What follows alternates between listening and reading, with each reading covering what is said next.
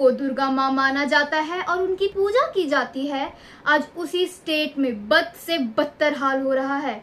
Kolkata rape and murder case के बारे में तो आप जानते ही होंगे, तो चलिए जानते हैं इसके बाकी पहलुओं के बारे में। इस केस का प्राइम सस्पेक्ट आखिर है कौन? संजय रॉय 31 वर्षीय आदमी एक सिविक वॉलंटियर है जो कि कोलकाता पुलिस के लिए काम करता है। संजय रॉय के ऊपर बहुत सारे सेक्सुअल असॉल्ट के एलिगेशंस है। संजय रॉय को कोलकाता पुलिस ने प्राइम सस्पेक्ट होने के चलते 10 अगस्त को हिरासत में लिया था। RJ Kar medical college and hospital में एक ट्रेनी डॉक्टर का रेप और मर्डर करने के कुछ घंटे पहले तक अक्यूज्ड संजय रॉय अपने दोस्त के साथ मिलकर शराब का सेवन कर रहा था। उसके बाद संजय रॉय और उसके दोस्त कोलकाता के सबसे famous red light area Sonagachi में भी गए। ये सब स्टेटमेंट संजय रॉय ने सीबीआई के लाई डिटेक्टर टेस्ट के सामने कबूल किया। संजय रॉय कोलकाता पुलिस के साथ 2019 से एक सिविक वॉलंटियर के तौर पर काम कर रहा था। सिविक वॉलंटियर का काम होता है मेनली पुलिस के बाकी चीजों में हेल्प करना, जैसे कि ट्रैफिक मैनेज करना एंड त्योहारों और अवेयरनेस कैंपेन के समय पुलिस की मदद करना। सिविक वॉलंटियर्स रिश्वत लेते हैं और अरेस्ट करने में हेल्प करते हैं। They can also control law and order situations. Accused एक ट्रेनी बॉक्सर था एंड धीरे धीरे संजय रॉय ने सीनियर पुलिस ऑफिसर्स के साथ कनेक्शंस बनाना स्टार्ट कर दिया। जब इसके कनेक्शंस बहुत स्ट्रांग हो गए, फिर उसने अपना डिपार्टमेंट चेंज करवाकर और अपनी posting RG Kar medical college and hospital में Kolkata police welfare board department में करवाई। According to some reports, before committing the crime, Sanjay Roy ने एक और रेड लाइट एरिया में जाकर किसी औरत से पैसे के बदले उनसे उनकी प्राइवेट पिक्चर्स अपने मोबाइल में शेयर करवाई। अक्यूज्ड का कहना यह है कि वो सेक्सुअली एंगेज नहीं हुए थे। CBI officers claimed he is a pervert, और तो और वो पोर्नोग्राफी से सीवियरली एडिक्टेड था। संजय रॉय ने अपने पास में काफी महिलाओं पर टॉर्चर और सेक्सुअली अब्यूज किया है। संजय रॉय की पहली बीवी के डाइवोर्स के बाद उन्होंने दूसरी शादी करी, जिसमें उनकी वाइफ 3 मंथ्स प्रेग्नेंट थी। तब संजय रॉय ने अपने वाइफ के ऊपर फिजिकल वायलेंस किया, जिस वजह से उनकी एक्स वाइफ ने अपने बच्चे को खो दिया। तो आप संजय रॉय के पास्ट से तो समझ ही चुके होंगे कि शुरुआत से ही संजय रॉय महिलाओं के प्रति कितना ज्यादा वायलेंट एंड टॉक्सिक था। चलिए अब जानते हैं विक्टिम और उनके फैमिली बैकग्राउंड के बारे में। विक्टिम एक पोस्ट ग्रेजुएट ट्रेनी थी जो कि मेडिकल डॉक्टर्स होते हैं और मास्टर्स की डिग्री परस्यू कर रहे होते हैं। विक्टिम के फाइनेंशियल कंडीशंस भी ज़्यादा अच्छे नहीं थे, क्योंकि उनके पिताजी एक टेलर थे और एक रेजिडेंट डॉक्टर होने के वजह से उनकी शिफ्ट बहुत लंबी होती थी। विक्टिम ने अपने 36 घंटों की शिफ्ट खत्म होने के बाद अपने पेरेंट्स को कॉल किया और उनसे बात करी, और फिर रोज की तरह मेडिकल राउंड्स लगाने लगी। रात के 2 बजे के करीब विक्टिम ने मेडिकल राउंड से थोड़ा सा ब्रेक लिया। फिर इस ब्रेक के दौरान विक्टिम और उनके 4 कलीग्स ने मिलकर डिनर किया।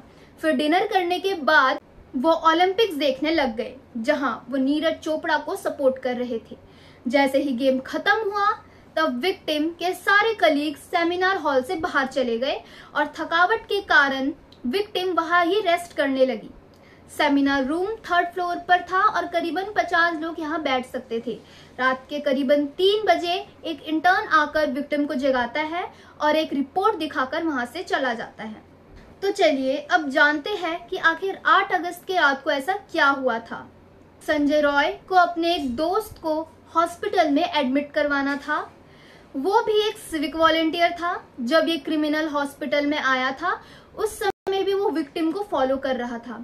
रात के करीब 1 बजे संजय रॉय के दोस्त की सर्जरी होनी थी और उसी समय वो और उसका दोस्त हॉस्पिटल के बाउंड्री के पीछे बैठकर शराब पी रहे थे। और फिर शराब पीकर वो दोनों कोलकाता के सबसे famous red light area Sonagachi चले जाते हैं। वहां जाकर क्रिमिनल का दोस्त अंदर चले जाता है, पर संजय बाहर खड़े होकर ही लड़कियों को छेड़ता है। उसके थोड़ी देर बाद उसका दोस्त कैब पकड़कर वहां से चला जाता है और संजय उधर नशे की हालत में अकेले रह जाता है। फिर वो वहां वायलेंट अडल्ट कंटेंट देखता है। फिर वो वहां से करीब 2-2:30 बजे के बीच हॉस्पिटल की ओर चले जाता है। उस टाइम विक्टिम अपने 36 घंटों की शिफ्ट खत्म कर एक रेड ब्लैंकेट लेकर सोने जाती है, क्योंकि जो स्लीप रूम था वहां एक प्रकार का टेस्ट चल रहा था, इसलिए वो सेमिनार हॉल में सोने जाती है। जब संजय रॉय हॉस्पिटल में एंट्री ले लेता है तो वो अलग अलग कमरों में जाकर ढूंढता है कि कहीं कोई फीमेल पेशेंट या स्टाफ मेंबर उसे मिल जाए ताकि वो उसे हैरेस या अब्यूज कर सके। इस समय क्रिमिनल के कान में ब्लूटूथ ईयरपीस था, जो कि बाद में जाकर एक सबूत बन जाता है। फिर संजय रॉय ने विक्टिम को देखा और अपनी सारी लिमिट तोड़ दी। उसका रेप एंड मर्डर करने के बाद संजय रॉय चुपचाप जाकर अपने रूम में बेफिक्र होकर सो जाता है। फिर सुबह 6:30 बजे के करीब हॉस्पिटल का ही एक स्टाफ मेंबर जाकर विक्टिम की लाश देखता है और पूरे हॉस्पिटल में शोर मच जाता है। क्राइम सीन का भी पूरा हुलिया बिगाड़ दिया जाता है। फिर हॉस्पिटल के मेंबर्स प्रिंसिपल को कॉल करते हैं, जिनका घर वहां से पास में ही था, पर वो 1 घंटे बाद आए और आकर उन्होंने पुलिस को ना इन्फॉर्म करके सबसे पहले खुद क्राइम सीन पर पहुंच गए। ये सब होने के बावजूद प्रिंसिपल को सस्पेंड या कोई पनिशमेंट मिलने की जगह उन्हें दूसरे और ज्यादा अच्छे हॉस्पिटल में प्रिंसिपल के ही पोस्ट पर ट्रांसफर कर दिया गया। और फिर थोड़ी देर बाद कॉलेज के सुपरिटेंडेंट विक्टिम के पेरेंट्स को कॉल करके कहते हैं कि विक्टिम ने सुसाइड कर लिया है और वो जल्द से जल्द हॉस्पिटल आ जाए, और इसके बाद वो फोन कॉल कट कर देते हैं। फिर 12 बजे के करीब विक्टिम के पेरेंट्स हॉस्पिटल पहुंचते हैं, पर 3 घंटे तक उन्हें विक्टिम की डेड बॉडी नहीं दिखाई जाती। फिर 3 घंटे बाद 3:30 बजे करीब विक्टिम की बॉडी दिखाई जाती है और इसको देखकर उनके पेरेंट्स कहते हैं कि ये तो साफ साफ मर्डर है। चश्मे को कूटा गया जिसके वजह से आंखों से खून निकल गया।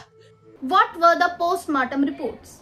पोस्टमार्टम रिपोर्ट्स में सामने आया कि विक्टिम की मौत गला दबाने से यानी कि गैगिंग की वजह से हुई। उनके पूरे शरीर पर चोटों के निशान थे। उनके गले को काफी जोर से दबाया गया ताकि उनकी आवाज ना निकले। विक्टिम अपने प्राइवेट पार्ट से ब्लीड कर रही थी। उनके चेहरे और उनकी आंखों से खून बह रहा था।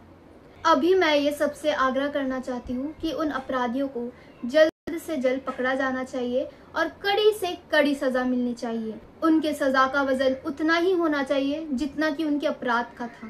As a responsible citizen of India हम ज्यादा से ज्यादा ये कर सकते हैं कि ऐसे अपराधियों से लोगों को अवेयर कर सके, लोगों को एजुकेट कर सके, लोगों की रक्षा कर सके, और हम अपने आसपास के लोगों को इतना निर्धारित कर सके कि हम सभी को सेफ फील करवा सके और आगे हम एक सुरक्षित भारत का निर्माण कर सके। जब मैं इस विषय पर रिसर्च कर रही थी तब मुझे लग रहा था कि कोई इंसान इतना क्रूअल, इतना इनह्यूमन कैसे हो सकता है। आई होप इस केस में जल्द से जल्द डेवलपमेंट्स आए एंड दोषी को कड़ी से कड़ी सजा मिले। मैं कंचन बर्मन आगे भी ऐसे ही केसेस की जांच पड़ताल कर आप सभी को रियलिटी से वाकिफ करवाऊंगी। जल्द मिलते हैं नेक्स्ट वीडियो के साथ। धन्यवाद।